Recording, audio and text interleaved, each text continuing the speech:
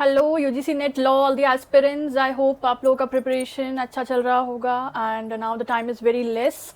आज हम लोग इंटरनेशनल लॉ के यूएन चार्टर, जो most important most crucial topic है, उसका क्विक रिवीजन करते हैं।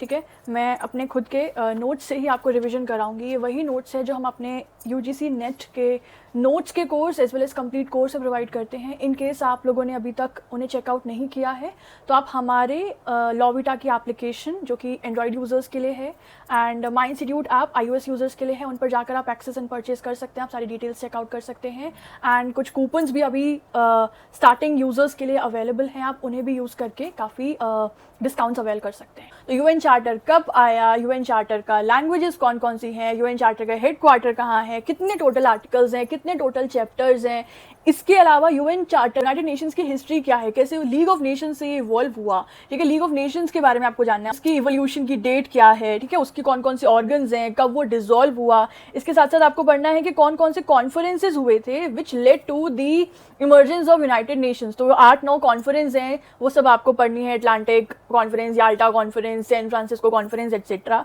ठीक है, इसके अलावा आपको यूएन चार्टर का प्रीएम्बल पढ़ना है, that states with we the people of the United Nations. तो वो आपको पूरा प्रॉपर पढ़ना है।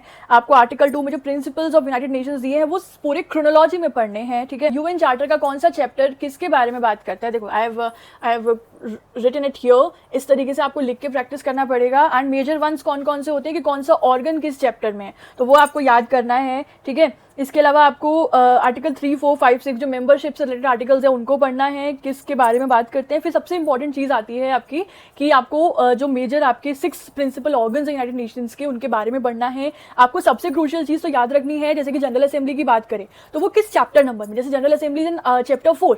फिर आपको याद रखना है कि वो कौन से आर्टिकल से कौन से आर्टिकल तक है, जैसे कि General Assembly is from article 9 to article 22। ये चीज़ आपको याद रखनी है। फिर आपको पढ़ना है कि हर जो आपका ऑर्गन है वो उसका प्राइमरी रोल क्या है। जैसे जनरल असेंबली की बात करें तो ये parliamentary, it is known as a parliament of United Nations. इसका प्राइमरी रोल है सिक्योरिटी काउंसिल को रिकमेंडेशंस देना, इसका रोल है पॉलिसी मेकिंग का, है ना। फिर आपको याद रखना है कि हर कंट्री से कितने मेंबर्स होते हैं, इनकी मीटिंग साल में कितनी बार होती है। तो इस तरीके से आपको सारे ही ऑर्गन्स के बारे में पढ़ना है। आईसीजे के बारे में बहुत इंपॉर्टेंटली पढ़ना है। ICJ is the judicial organ of United Nations. सभी ऑर्गन्स के बारे में पढ़ना है। सिक्योरिटी काउंसिल के बारे में पढ़ना है। Security council is what, security council plays an important role in the international peace and security, इसका प्राइमरी ऑब्जेक्टिव होता है। ठीक है, तो ये सभी चीज़ें आपको ध्यान से पढ़नी है। ऑर्गन्स की डिटेल्स पढ़नी है, फंक्शंस पढ़ने हैं एंड आर्टिकल्स चैप्टर्स पढ़ने हैं and that's it.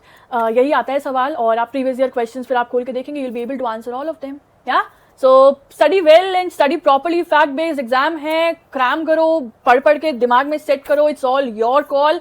But exam easy नहीं है। एग्जाम बहुत माइन्यूट डिटेल से क्वेश्चन पूछते हैं, लेकिन वो माइन्यूट डिटेल्स कहीं आउट ऑफ बॉक्स नहीं है। यही चीजें पढ़नी है। यूएन चार्टर को प्रॉपर तरीके से पढ़ना है। जनरल असेंबली पढ़ रहे हो तो उसके सारे आर्टिकल्स को प्रॉपर तरीके से पढ़ना है, क्योंकि हर आर्टिकल में कोई ना कोई इंपॉर्टेंट फैक्ट इन्वॉल्व होगा। Right, so that was it for today. And अगर आपको हमारे कोर्सेज परचेज करने तो आप हमारी एप्लीकेशन पर चेकआउट कर सकते हैं। Thank you, all the best, bye bye.